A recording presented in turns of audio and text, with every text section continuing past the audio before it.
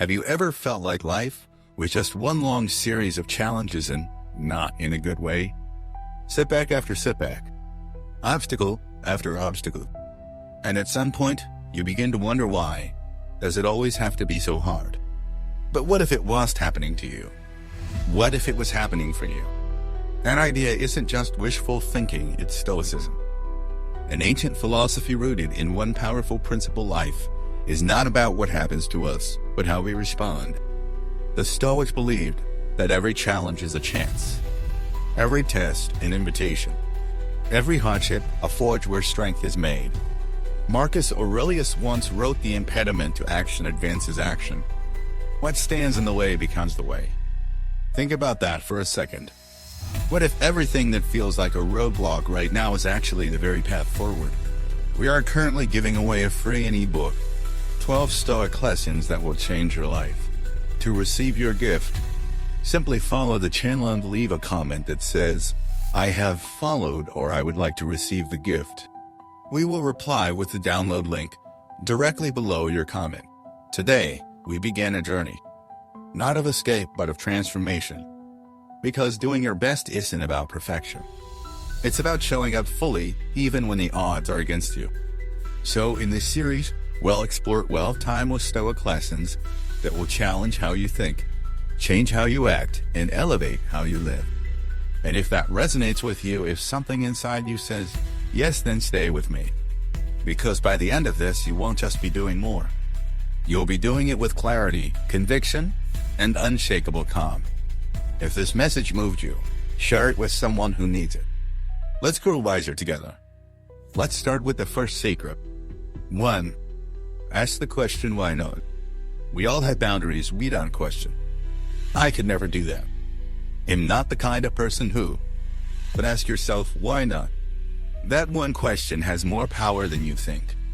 It cracks open the shell of fear, of self-minus doubt, of imagined limits we've quietly accepted as truth. The Stoics weren't passive dreamers. They were deliberate doers. And they constantly challenged themselves to live in alignment with their virtue, courage, discipline, wisdom, and justice. So when you're hesitating to apply for that job, to start that business, to speak up for yourself, pause and ask, why not me? As Epictetus said, you become what you give your attention to. Your destiny isn't decided by fate. It's shaped by your choices, your questions. So ask the better ones. 2. Be obsessed with progress, not perfection. We live in a world that chases perfection. But the Stoics, they chase something far more powerful. Pro-heras is the deliberate use of reason, action, and virtue to progress toward your highest self. That means show up, learn, adjust, repeat. Self-minus improvement is not a destination. It's a rhythm, a way of life. Seneca said, as long as you live, keep learning how to live. So what does that look like today? Set goals that reflect your values, not your ego. Celebrate small wins. Reflect daily. Ask, how can I grow from this? Remember, the mountain is climbed one step at a time, and no step is ever wasted. 3. Pour your heart into it. Let me ask you something. When was the last time you gave something your entire self? Not halfway, not good enough, but all of you, your focus, your intention, your integrity. That's what the Stoics did. They poured their heart into everything, not for applause or approval, but because that's what excellence demands. Marcus Aurelius wrote, do every act of your life as though it were the very last act of your life. Not as a pressure, but as a principle. Because when you show up with presence, when you give it all you got, you don't just move forward. You move differently. You matter more. It's not about outcomes. It's about alignment. And when your actions match your values, that's when fulfillment begins. So today, whatever you're doing, do it wholeheartedly. Not because it will be perfect, but because it will be yours. Stay on your path. Temptation is everywhere. Comparison, distraction, doubt. The world keeps asking you to follow its rhythm, not your own. But the Stoic path? It's quiet, clear, and sometimes lonely. Staying on your path means honoring what matters most even when the crowd walks the other way. Seneca said, if a man knows not to which port he sails, no wind is favorable. So get clear on your direction. What do you stand for? What future are you building? Once you know, stay with it. Adjust when needed, but never abandon your inner compass. Because your path is not a race, it's a return. A return to your true self. 5. Don't focus on outcomes. This might be the hardest lesson. We all want things to work out, to be seen, to win, to finish. But Stoicism teaches something radical: let go of the result. You are not your outcomes. You are your efforts. You are your character, the way you act when no one is watching. The way you persevere when nothing goes right. The way you love, give, build.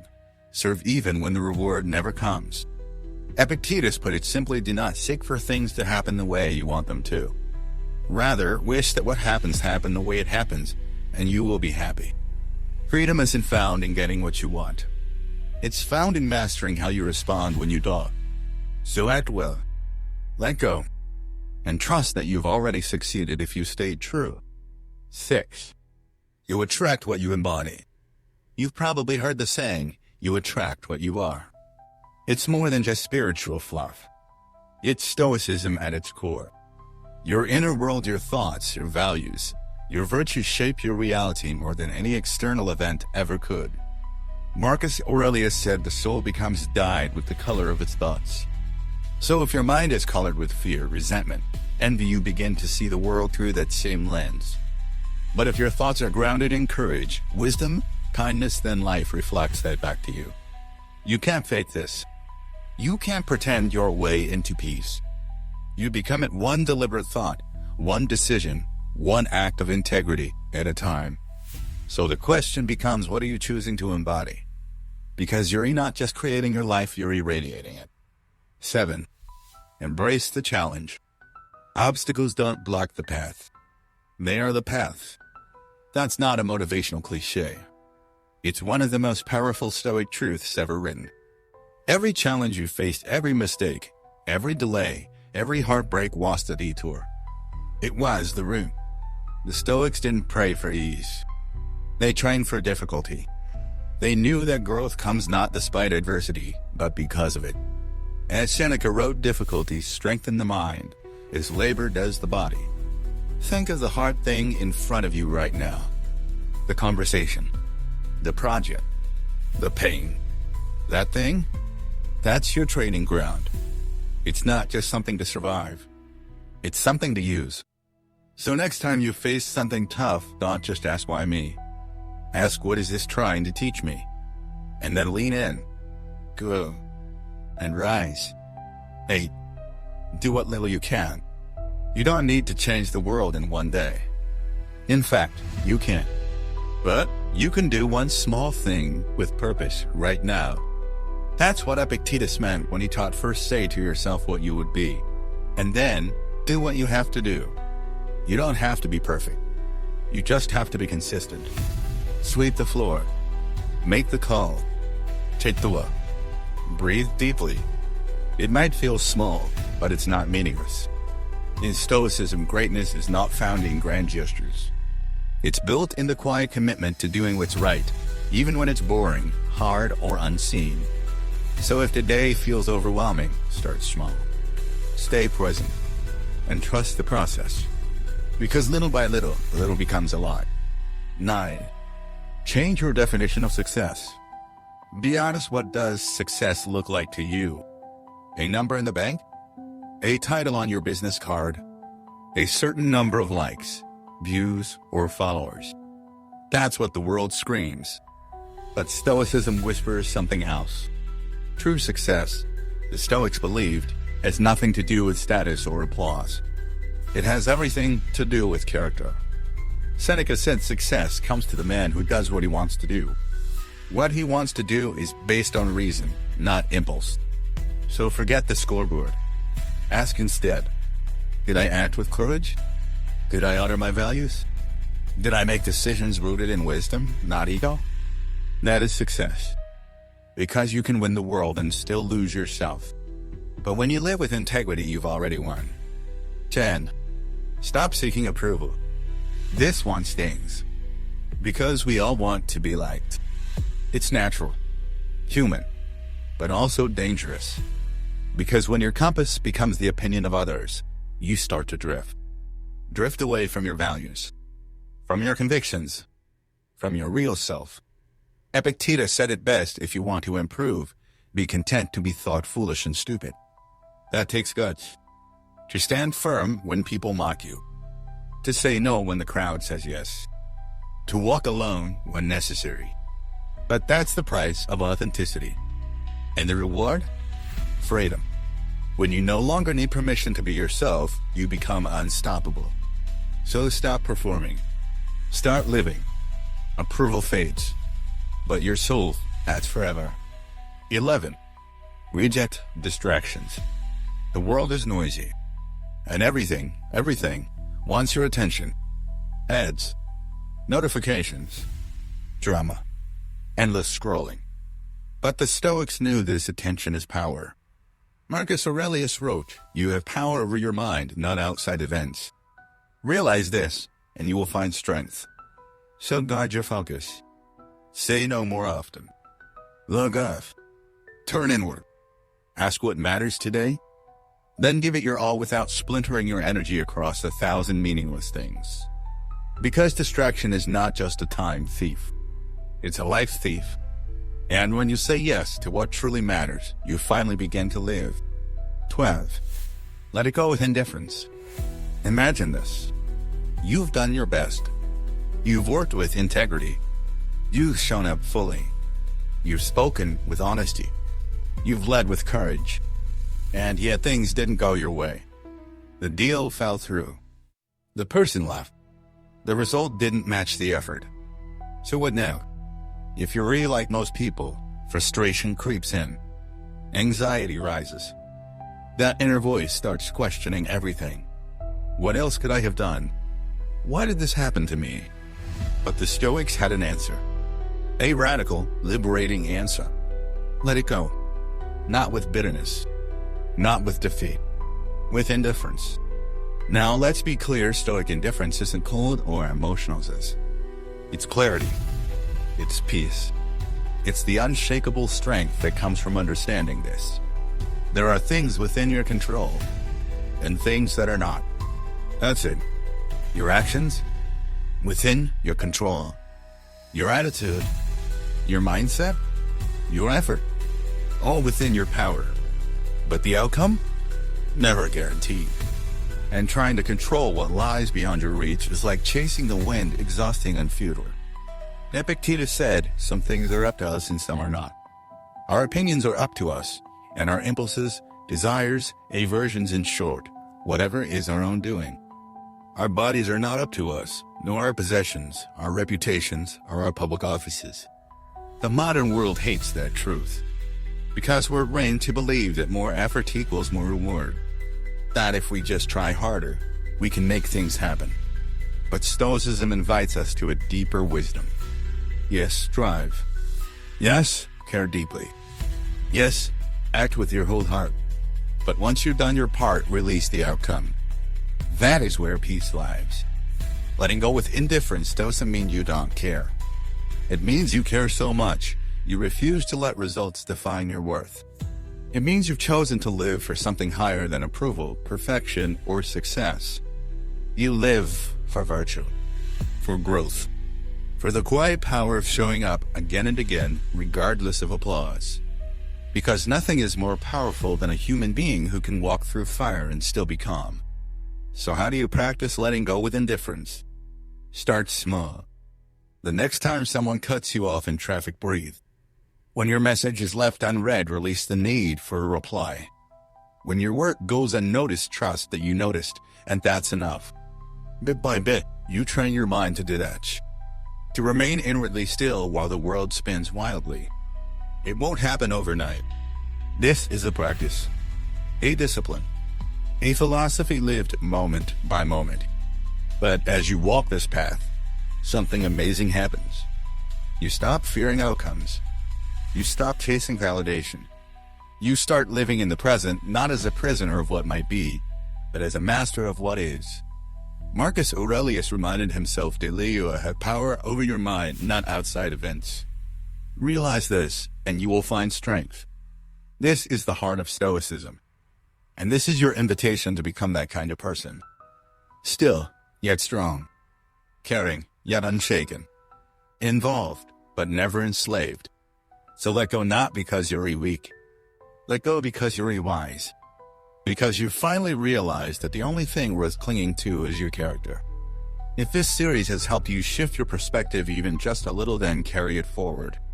Live it. Breathe it. Teach it. And share it with someone who needs to hear. You don't need control to find peace. You just need clarity. So here we are. 12 Stoic truths. 12 quiet revolutions. And one undeniable truth echoing through all of them. You already have everything you need. That might be hard to believe, especially in a world that keeps telling you you're not enough unless you buy more, do more, win more, prove more. But Stoicism clears the noise. It reminds you strength doesn't come from adding. It comes from stripping away the fear of judgment, the addiction to outcomes, the illusion of control, and what remains: stillness, courage, wisdom, self-minus command. These aren't just traits, they're tools. Tools that, once internalized, allow you to meet any challenge, any disappointment, any chaos with calm. And here's the deeper secret the Stoics knew. You are not at the mercy of life's chaos.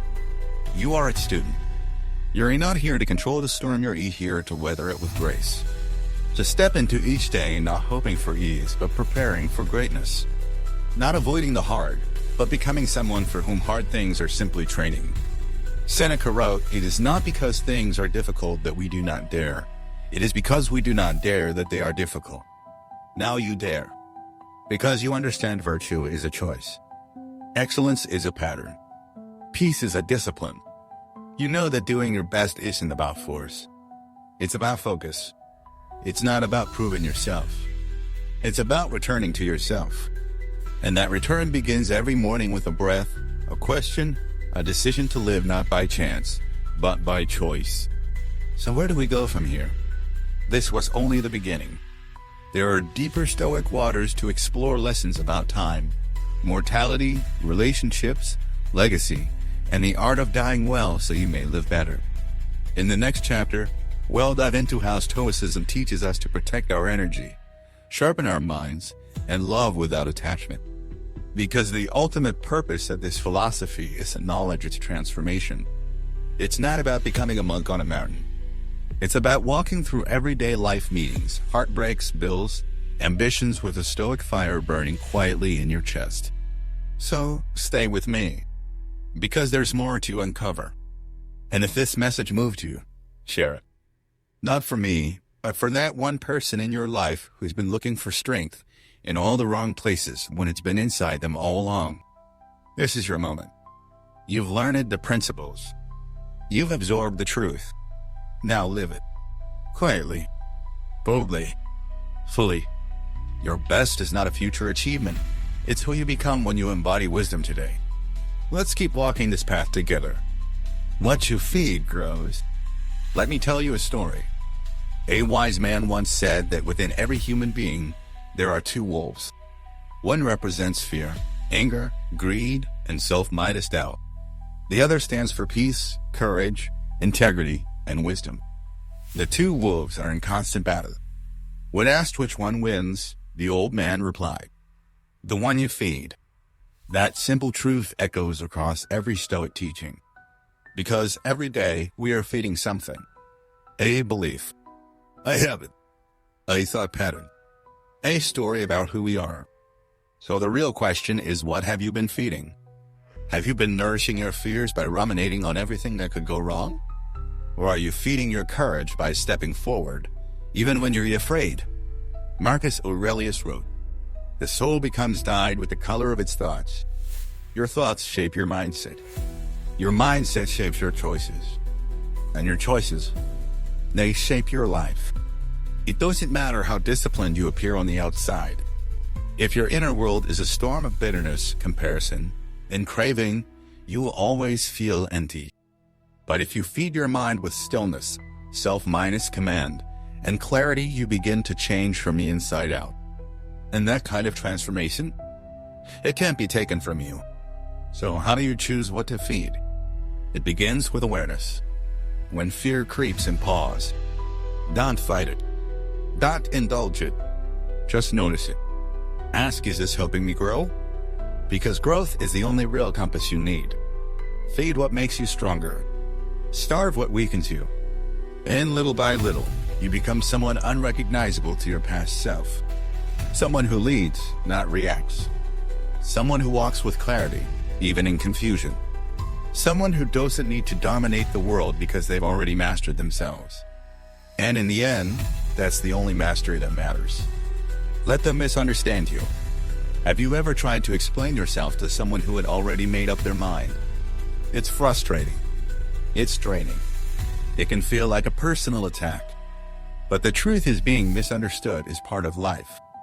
And if you're living with clarity, courage, and purpose, you're going to be misunderstood a lot.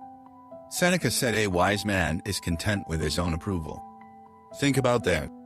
Content with his own approval. Not the praise of the crowd. Not the permission of others. Not even the agreement of loved ones. The Stoics knew that truth isn't always popular. That doing what's right may often look wrong to those who benefit from the status quo. But here's the gift that Stoicism offers. You don't have to chase understanding. You don't need everyone to get it. Because the energy you spend defending your identity is energy you could be using to live it. The moment you stop trying to be understood by everyone, you free yourself to become someone truly worth understanding. Let them misjudge you. Let them assume. Let them doubt. Your job is not to control how others perceive you. Your job is to stay on your path with integrity and peace. As Marcus Aurelius wrote, waste no more time arguing what a good man should be. Be one. In other words, stop explaining. Start embodying. Because the world doesn't need more noise. It needs more quiet conviction. And when they see your actions day after day, year after year, they'll either come around or they won't. But either way, you will have lived honestly. And that's more than most people can say.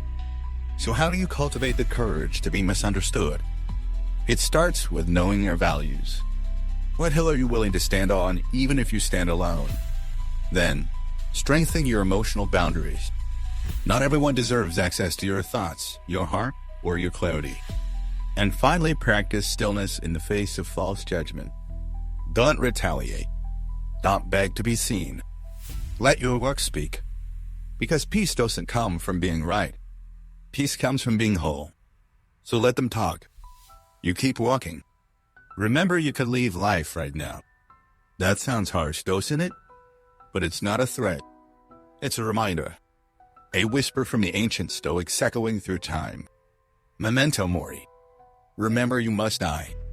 Not to make you fearful, but to make you awake. Marcus Aurelius would write in his journal, you could leave life right now. Let that determine what you do, say, and think. Can you feel the urgency in that? Not panic, not pressure, but presence. Because when you understand that your time is limited, you stop wasting it on things that don't matter. You stop clinging to petty arguments, seeking validation, and fearing failure. You stop postponing your life. You start showing up. With intention. With love. With a kind of clarity only death can sharpen. This is what the Stoics called living in accordance with nature, to accept life on its terms, not yours. And nature says your time is not promised. So why spend it as if it were infinite? What would change today if you fully accepted that tomorrow might never come? Would you finally say the words you've been holding back? Would you spend more time with the people who fill you and walk away from the ones who drain you? Would you care less about being impressive and more about being real? Death is not the end of everything. It's the beginning of perspective. And when you live with death in mind, you stop existing by accident and begin living by design. You don't trash. You don't hoard. You don't numb yourself through endless distraction. You live now, fully, deliberately, gratefully, because every breath is a gift, every sunrise is a miracle, and every moment, yes, even the hard ones, is a chance to live aligned with your deepest values. So next time you feel stuck, afraid, or unsure, whisper the words memento mori. Let them ground you. Let them wake you up. And let them set you free. Love without attachment. Let's be honest. Loving people is easy when everything is going well, when they agree with you, when they validate you, when they stay. But what happens when they don't? What happens when they change? When they disappoint you? When they walk away? Or worse, when life takes them from you? Most of us weren't ever taught how to love without clinging. How to hold someone in our heart without trying to possess them in our hands.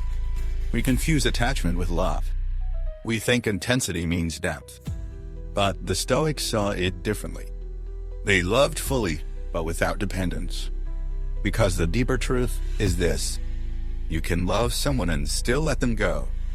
You can cherish something while knowing it may not last. And in that acceptance, not resistance, you find a more powerful kind of love, one rooted in clarity, not fear. Marcus Aurelius, emperor of Roman devoted father, wrote in his meditations, "When you kiss your child, say to yourself, tomorrow he may die." At first glance, that sounds dark, even cruel.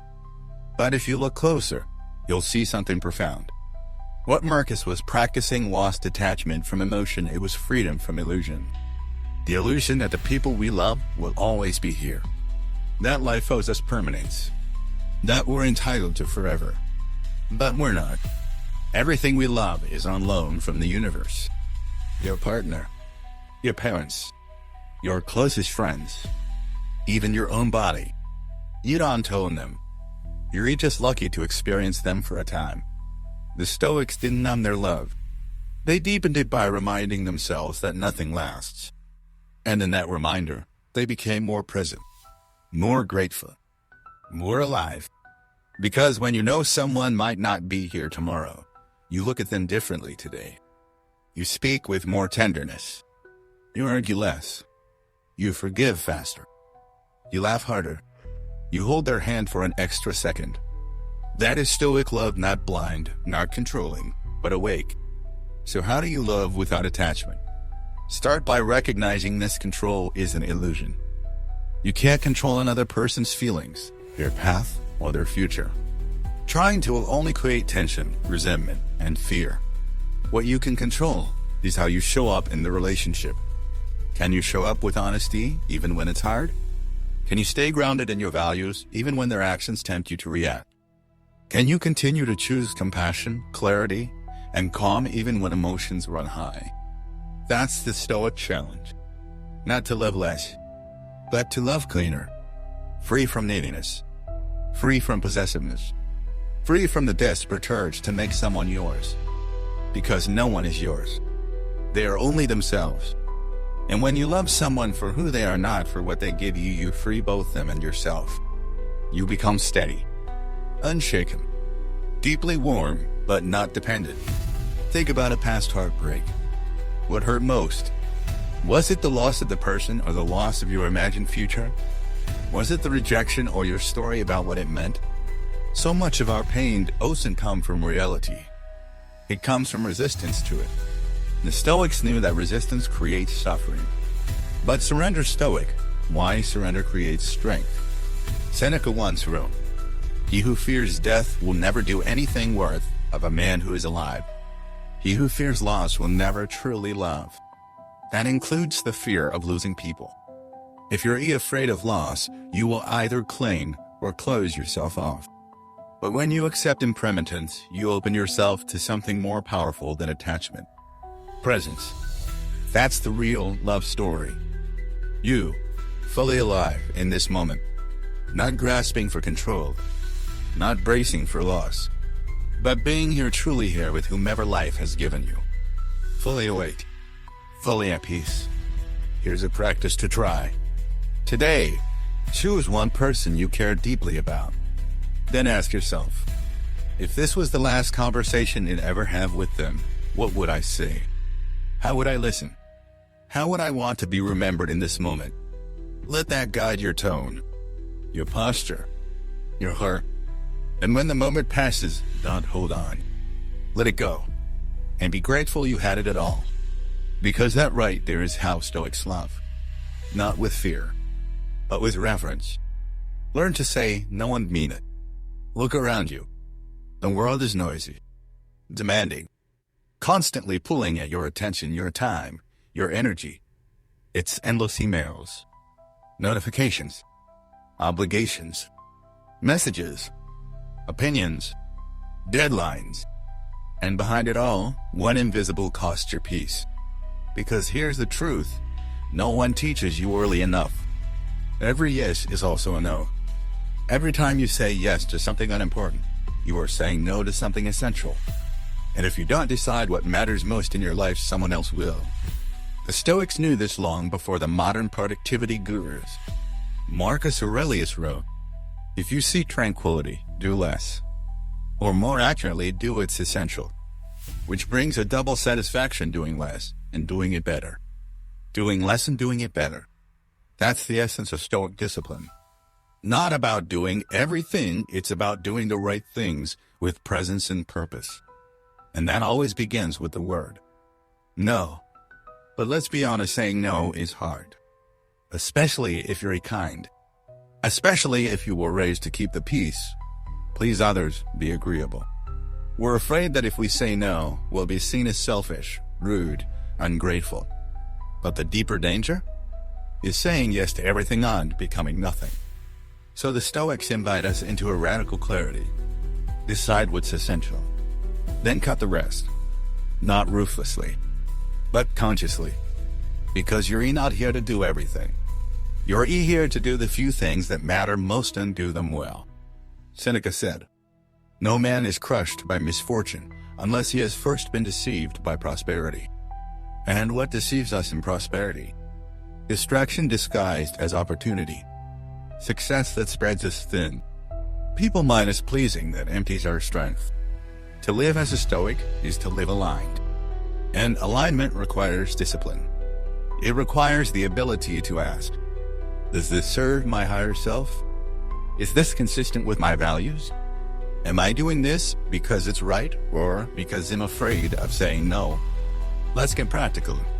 Here's how to build the Stoic habit of powerful, peaceful boundaries.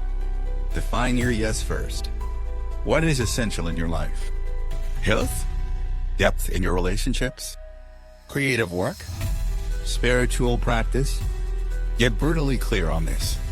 Write it down. Let it become your filter. Respond slowly. The Stoics believed in deliberate action. You don't tell anyone an instant yes. Say, let me think about it. Then think not emotionally, but with virtue and logic. Say no gracefully, not apologetically. You can decline without guilt. You can honor someone's request while still honoring your own path. Try this. Thank you so much for asking. Right now I need to focus my energy elsewhere. That's not something I can commit to with full integrity. Sure. Clear. Kind. Final. Accept the discomfort. Saying no might make people uncomfortable. That's okay. The Stoic doesn't fear discomfort, they train for it. As Epictetus thought freedom is the only worthy goal in life. It is won by disregarding things that lie beyond our control. That includes how people react. Recognize what you're preserving. Every no creates space. Space for deeper rest. Deeper work. Deeper connection. Deeper you. Because you weren't born to be everything to everyone. You were born to be someone to something. And that requires space. Silence. Clarity. Commitment. So, say no. Say it often. Say it with strength, not to push people away, but to come home to yourself. You don't need to prove your worth through your business. You prove it through your focus. Through your ability to say, this matters. That doesn't. And then live like you mean it. In the end, the art of saying no is the art of choosing a life that is yours. Not scattered. Not reactive. Not built on guilt. But deliberate. Centered. Peaceful. You don't have to explain. You don't have to be available for everything. You just have to be present for what truly matters. And that is the ultimate act of Stoic power. Let go not because you're weak, but because you're wise. There's a moment quiet and invisible when something inside you simply stops holding on. Not in defeat, not in bitterness, but in quiet clarity. You realize this weight you've been carrying, this need for control, for certainty, for everything to go the way you imagined, is costing you something far greater than what it's trying to protect. It's costing you your peace. And the moment you let go, you come home to yourself. This is what the Stoics meant by apatheia, not apathy, but a higher emotional freedom. A deep serenity rooted in discernment. To care deeply but not cling. To act with full devotion but not collapse when the outcome differs. To remain warm but untethered. Epictetus said, "Freedom is the only worthy goal. It is attained by disregarding what is not under our control." And that's where most of our suffering lives, not in what's happening, but in our refusal to let it happen without resistance. We want people to change. We want time to slow down. We want the past to rewrite itself. We want the future to be guaranteed. But the Stoics looked life in the eye and said, "No, I do not need the world to bend. I only need myself to be steady." That is the final secret of doing your best. Let go. Let go of results. Let go of opinions. Let go of control over other people's paths, choices, reactions. Let go of your image, your finesse, your old narratives. Let go of who you thought you had to be by now. And in that letting go, something opens. Presence. You realize this breath, this hour, this step, that's all that was ever real. That's all you ever truly had. And it's enough. But isn't letting go weakness? A kind of giving up? Not at all. Letting go is a decision made in wisdom, not in passivity. It's recognizing I can fight against what is, or I can flow with it and remain powerful inside myself. It's not resignation. It's reorientation. It's you choosing to put your energy where it belongs, not into controlling others or outcomes, but into controlling your character. Letting go gives birth to courage. When you stop fearing what happens next, you begin acting from who you are, not what might go wrong. You begin showing up more honestly because you're no longer playing for applause. You begin to trust the process more because you've stopped measuring everything by whether it's comfortable. You begin to live finally and fully. And that, paradoxically, is when things begin to move. When your detachment becomes a magnet for power. When your groundedness creates momentum. Because you're not scrambling anymore. You're centered. And from center, you can move anything. So what can you let go of today? Ask yourself, what am I clinging to that no longer serves my peace? What would I do differently if I didn't need to control the outcome? Where have I been resisting life instead of responding with wisdom? Write it down. Then breathe. Then release. Release gently. Consciously. With intention. And when the fear returns tomorrow, as it will repeat the process. Because letting go isn't an event. It's a practice. One breath. One truth. One choice at a time. And that is doing your best. Not perfection. Not performance. But presence.